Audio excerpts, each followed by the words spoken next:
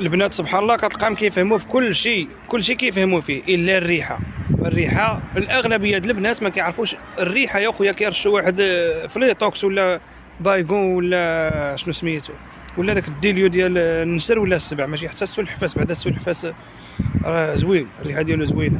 هذيك الريحه بزاف ديال الناس كيتاداو منها. كطلع مثلا في الكار ولا في التران ولا في الطاكسي ولا ما تلاقى معك في شي طوبيس ولا شي حاجه تشركك معها واحد نص ساعه ولا جوج سوايع الطريق ولا ما عرفت، والله القسم الا من الشمال الاولى لا كيجيك الصداع النصفي الشقيق الله يستر.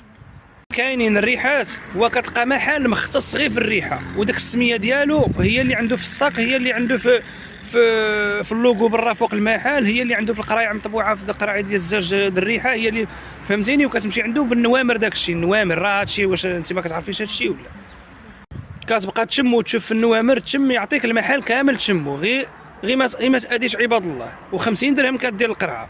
ما باغيش انا نعطيكم السميات شي محل تقولوا كيدير الاشهار ولا شي حاجه، ولا انا والله الا خاطيني من هادشي. غير دابا بنادم كتفرعوا له راسو.